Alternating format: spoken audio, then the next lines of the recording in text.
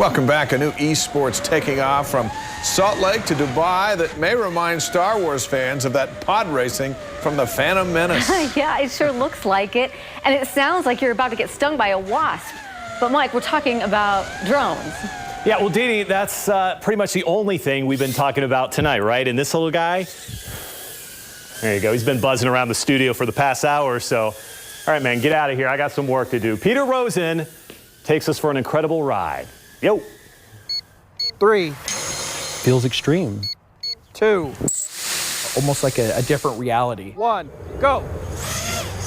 They sound like angry insects and look like a blur.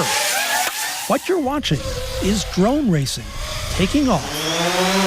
It took off for Matt Key when he bought his son a toy quadcopter for Christmas. You can pull it away. We thought it was the most amazing thing that we've ever seen. Let go of it.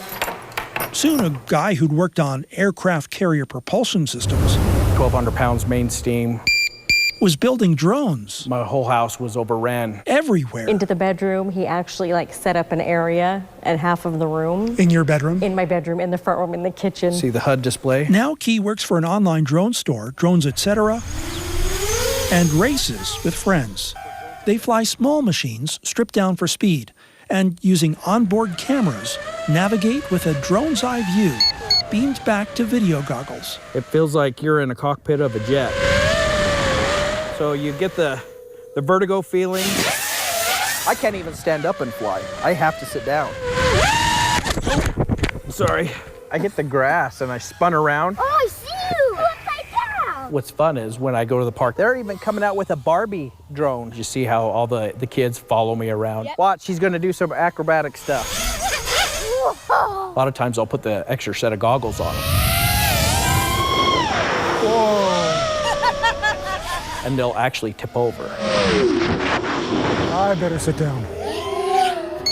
The technology's relatively new and has been reserved for weekend do-it-yourselfers. But now when people look through those goggles, they see more than a high-tech RC hobby.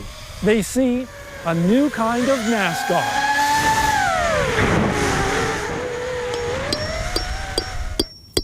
I fly every day. Christian Peterson's a stay-at-home dad. See that, Peter? We kind of turn our noses up at that kind of stuff. I'm all ready. But on the racing circuit, 3, 2, 1, go. Very immersive. he's FPV Provo. And me looking at myself, FPV as in first-person view. and it'd take you a second to realize, oh, that's me.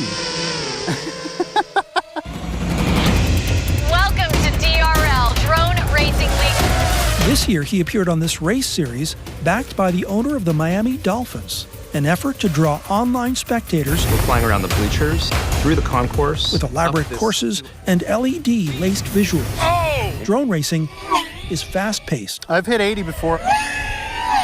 So fast, it can be hard to follow. And it's crash-prone. There's hardly a race when there isn't a crash. It happens to everyone, so.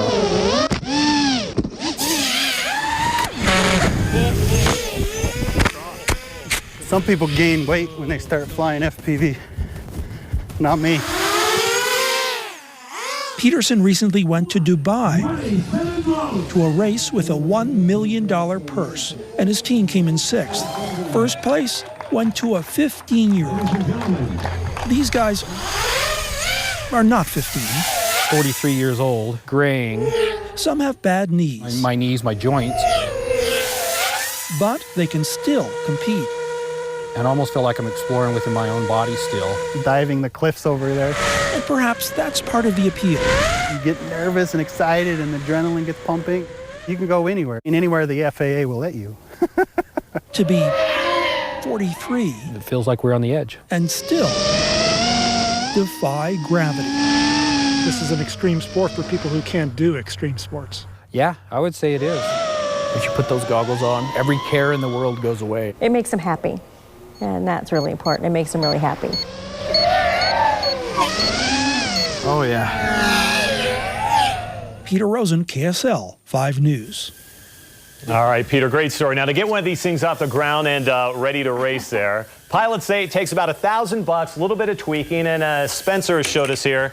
There you go. Quite a bit of skill.